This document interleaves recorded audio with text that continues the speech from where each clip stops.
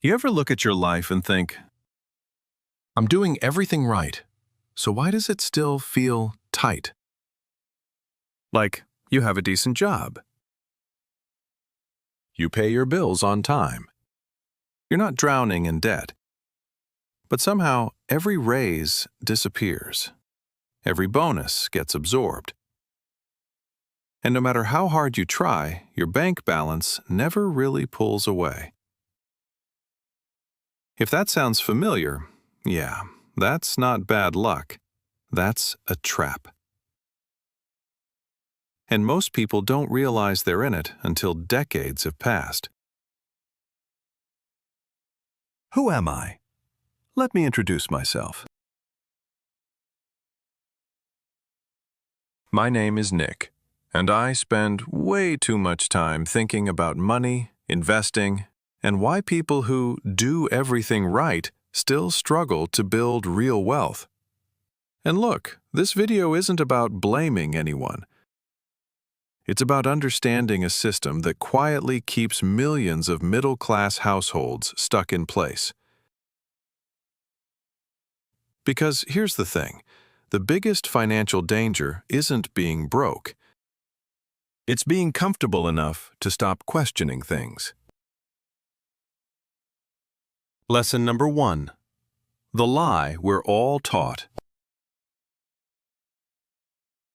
From the time we're young, we're fed a simple formula. Get a good job, live responsibly, everything will work out. And on the surface, that sounds reasonable. But here's what no one tells you early on. Middle-class stability can be more dangerous than financial struggle. Because struggle forces change. Comfort encourages autopilot. Lesson number 2. The middle-class trap explained. Here's how the trap works. You earn just enough to cover your bills, upgrade your lifestyle a little, avoid major financial stress, build meaningful investment momentum, say no without consequences. According to the Federal Reserve's Survey of Household Economics, nearly 60% of Americans earning between $50,000 and $100,000 would struggle to cover a $1,000 emergency expense without debt. That's not low income. That's the middle class. And that's the trap. Lesson number 3. Lifestyle creep. The silent enforcer. Every raise feels like progress. Until it isn't. Housing gets a little nicer. Cars get a little newer. Subscriptions quietly stack up. And suddenly, your fixed costs have risen right alongside your income. Here's the thing. Most people don't spend more because they're irresponsible. They spend more because their identity upgrades before their balance sheet does. The Bureau of Labor Statistics shows that as household income rises, spending increases almost dollar for dollar, especially on housing and transportation.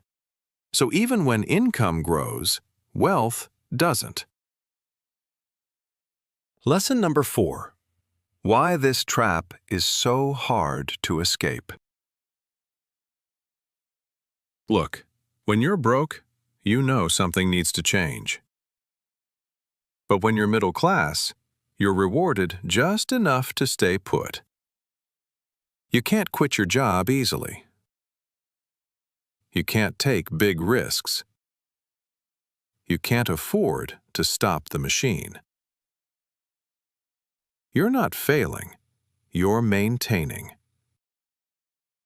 And maintenance feels productive until you realize years are passing.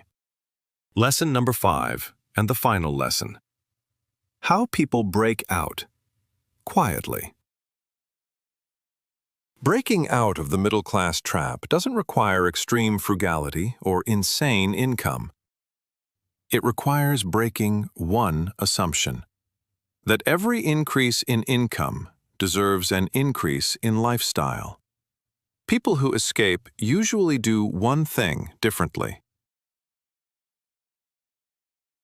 They cap their lifestyle and let wealth accelerate quietly. They delay upgrades. They prioritize assets over appearances. My final thought, and this is very important. Look, the middle class isn't broken, but the path through it isn't automatic. If you don't intentionally redirect your money, it will default to maintenance, not freedom. And the scariest part? You won't feel trapped. You'll feel fine. Until one day you realize, fine wasn't the goal.